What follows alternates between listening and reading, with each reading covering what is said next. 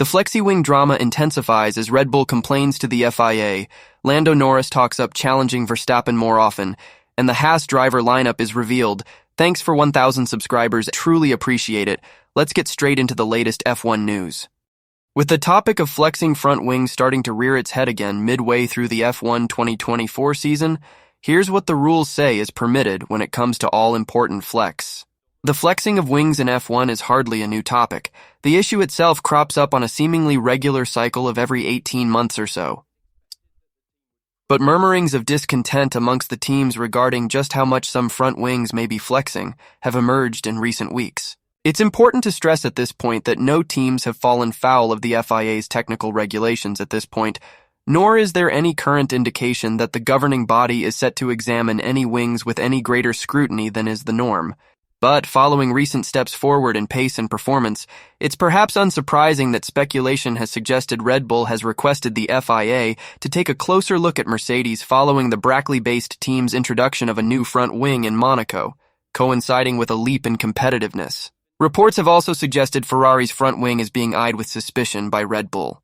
Speaking to Austria's OE24, Red Bull's Helmut Marko was asked the question whether Red Bull had taken any complaint up with the FIA regarding Mercedes, and he replied, "You can't say that." From the TV pictures in Montreal, you can clearly see that the wings of George Russell and Lewis Hamilton are bending noticeably, but the wings had the necessary strength to pass scrutineering. It doesn't surprise me, and I don't know how often we've had to check our wings in the past. In the race, the wing then lowers, which ensures better aerodynamics. Of course, this will be viewed critically by the competition and not just us. From multiple sources, that Red Bull has not approached the FIA with any official complaint about Mercedes' front wing, and that no protests are expected. The Mercedes front wing, as with the rest of the field, has passed all technical scrutineering flexibility tests. Everything was fine in Montreal, and in Barcelona and Spielberg, they will have to pass scrutineering again, Marko said. It's a popular game to push everything to the limit so that it passes during technical scrutineering.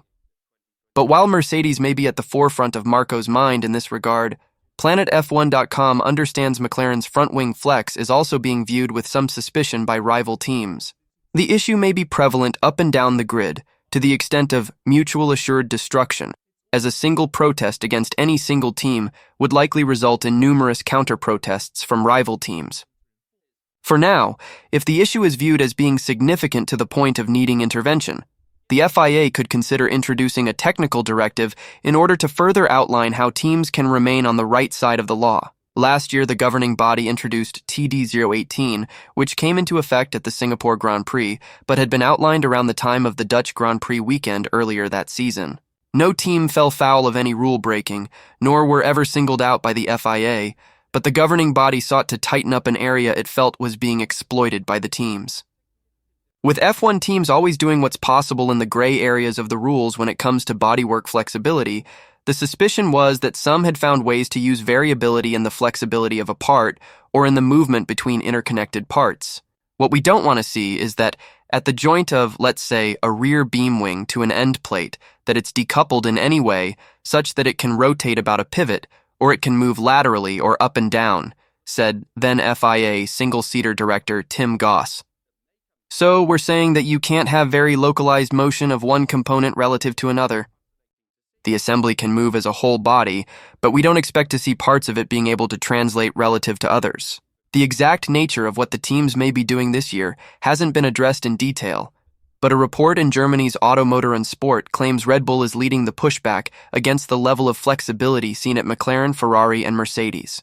Christian Horner told me that the FIA are playing a bit blind and claims that everything is fine, but to be honest, all the front wings passed the technical inspection, so it is fine legal, reporter Michael Schmidt wrote. What happens is that the front wings bend in a specific way, differently at every team. For some outwards, for some the flaps turn backward. The aim is for the front wing to lose downforce at high speeds. The technical regulations regarding front wing flexibility are laid out in Article 315.4, which explains how front wing flexibility is scrutineered. Some tolerance has to be built in as every material will flex to a certain degree. Loads of 1,000 newtons, about 100 kilograms static, is applied along 3 different points of the wing in a downward direction using a 50mm diameter ram. Fitted to a rectangular ram supplied by the team, the amount of deflection is measured relative to the survival cell and along the loading axis. When the load is applied symmetrically to both sides of the car, the vertical deflection must be no more than 15 millimeters, state the rules. When the load is applied to only one side of the car, the vertical deflection must be no more than 20 millimeters. No part of the trailing edge of any front wing flap is permitted to deflect more than 5 millimeters when a 60-Newton force is applied. Oliver Bman was playing down the idea that an F1 2025 seat with Haas is already a done deal, as he prepares for a fresh FP1 outing with the team in Spain. The Ferrari Driver Academy star, who impressed in a major way during his F1 debut with the team in Saudi Arabia, has been speculated as a major contender for an F1 2025 seat with Ferrari customer team Haas, with whom the 19-year-old Brit is making several FP1 appearances across the 2024 campaign. Speaking to media ahead of the Spanish Grand Prix, where Bman will make his second Haas FP1 appearance of the season, he was quizzed on the talk that he will become one of their race drivers from 2025, and rumor has it that he has already put pen to paper on a deal. Bman shut down that suggestion, branding such speculation unhealthy. I mean, these are all rumors and speculation and stuff. There's not really any backing to them, he said. But I try to just stay focused on what I can do, on driving the car. And in the end, I try and stay away from this speculation because it's unhealthy. Asked if he does have a time frame to confirm his racing plans for next year, Bman replied, "Personally, no. My goal is, of course, as a driver to keep performing well. I think my FP1 in Imola went really well and I was happy with that, so I want to keep doing that. In terms of a time frame, I don't have anything defined." Once more pressed on the Haas speculation, it was put to Bman that the general assumption is that this is a cut and dried deal, so he was asked to confirm if that assumption is wrong. "I don't know if the assumption is wrong or right," he replied. "I mean, of course, that's my goal. That's what I'm aiming towards. There's no hiding that. I have a few things personally that I've identified that I want to improve when I'm driving in F1, but that really comes with experience and doing more laps. And I think just me working towards that goal is going to hopefully be enough to get me where I want to be." Bman was asked to expand on these desired areas of improvement, as he picked out improving on the soft tire during a qualifying run as an area of his F1 game that needs work. However, he stressed that this is not something that concerns him, as he believes building up the experience is the answer. "I tend to get up to speed pretty well, that's one of my strengths," he said. "I mean, in Jeddah that was the case, and even in Imola I seem to be on the pace pretty quickly.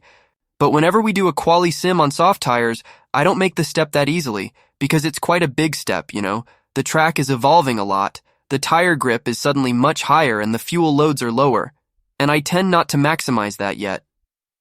But I don't need to really overthink that or worry about it. It's just something that comes with experience and it will come. I'm not worried about that. It's just I have identified it as something that I could work on and improve." There is at least one Haas vacancy for F1 2025, with Nico Hülkenberg already confirmed for a move to Sauber. Adrien Neis' F1 future, if he chooses to continue in the sport, isn't yet decided, but the latest rumor has placed the design legend at Aston Martin next. Neis is set to depart the Red Bull F1 team by the middle of 2025, having embarked on a period of gardening leave last month in which he'll continue working for Red Bull Racing on the automotive side as the RB18 hypercar nears production. With Neis a free agent on the market ahead of the upcoming 2026 regulation changes, which will see a huge emphasis on aerodynamic prowess as active aero is introduced, Red Bull's competitors are currently embroiled in a bidding war to attempt to attract the 65-year-old to join them, with Neis' official line being that he wants to take an initial step back from F1 as he's a bit tired after more than 40 years at the forefront of motorsport. Speculation has abounded that Fred Vasseur's Ferrari could be the team to attract him, as Lawrence Stroll continues to build up the Silverstone-based squad.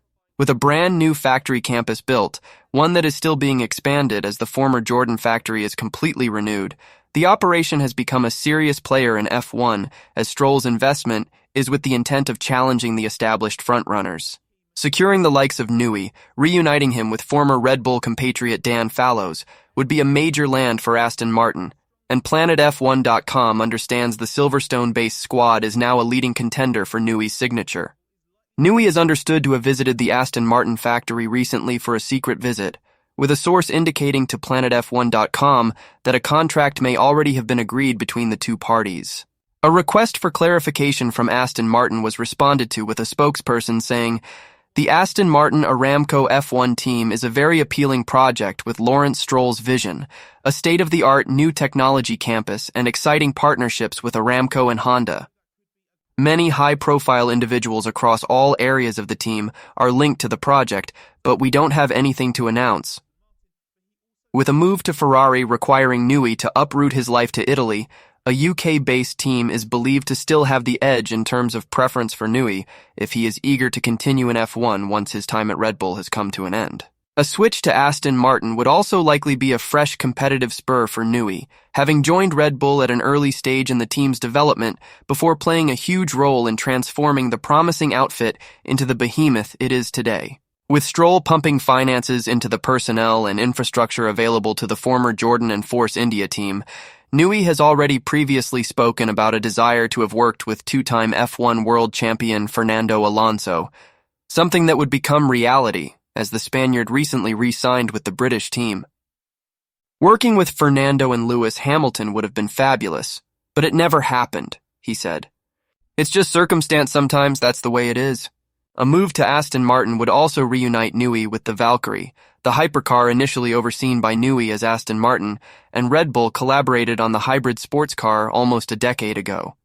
Lando Norris reckons the closeness of the pack at the front of F1 in 2024 could lead to much bigger point swings, even if Max Verstappen has no real weaknesses. The McLaren driver has run Max Verstappen very close in recent races, having won his maiden Grand Prix in Miami before shadowing the Red Bull driver across the line at Imola. A suboptimal strategy call in Montreal cost Norris a chance at victory in Montreal, but the British driver is hopeful of being able to put Verstappen under pressure for the title. With Red Bull not enjoying the same level of dominance in 2024 as they managed with the RB19 last year, Verstappen has had more tricky weekends in the first third of this year than through the entirety of last year. Technical issues in Australia forced his retirement, while Red Bull never appeared comfortable in Monaco, leading to a subdued sixth place for the Dutch driver before an operationally sharp performance from Red Bull rescued their Montreal race as Norris romped into the distance after overtaking Verstappen. The pack is now quite close, with George Russell taking pole position in Montreal with an identical lap time to Verstappen as Mercedes joined in the action at the front. Red Bull, Ferrari, Mercedes, and McLaren all now appear to be roughly on the same pace, with Red Bull perhaps still having a slight advantage at tracks that play to the RB20's strengths, and Norris believes this closeness will lead to larger point swings that could make for a closer championship fight.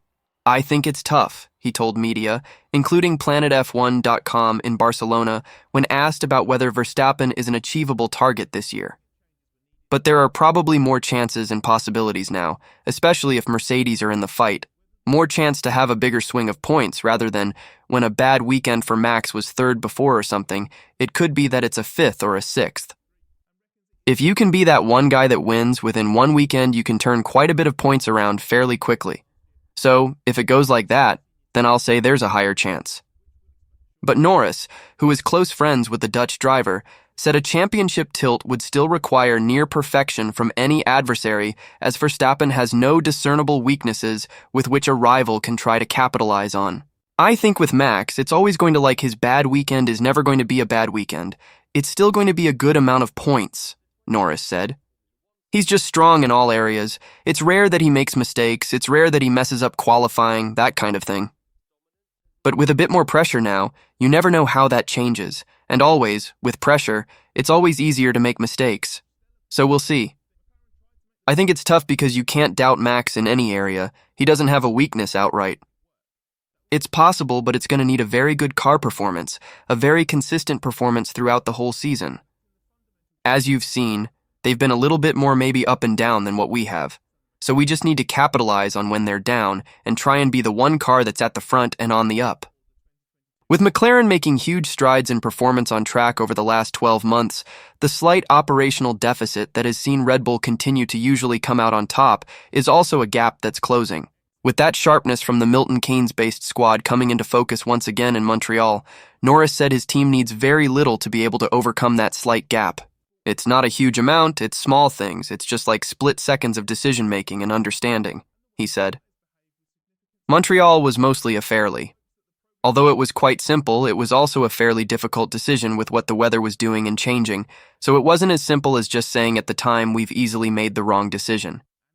There are things we definitely could have and should have done better, and we should have boxed all of those things. It's not just as easy as saying that though, because there are other factors that led us to want to stay out and not necessarily box at the time. Like the weather, we initially expected to be very bad coming in, and we actually got less and less and less rain. So if there was that little bit less, we easily could have stayed out like some drivers did, and it turned out to be a good thing to do. So, again, it wasn't like we made the wrong decision. It was just the positioning we're in, and certain other variables made it look worse against some of these other guys. But still, we weren't prepared as what we should have been. We should have boxed, there was no harm. Even if he didn't box, I still would have come out easily in the lead. So that was like a no-loss or risk-free pit stop that I could have had. But the fact I had like 2 seconds and the team had 2 seconds to decide at the time whether it was going to rain or not enough to stay out, it's a complicated decision. So I really don't think it's a lot.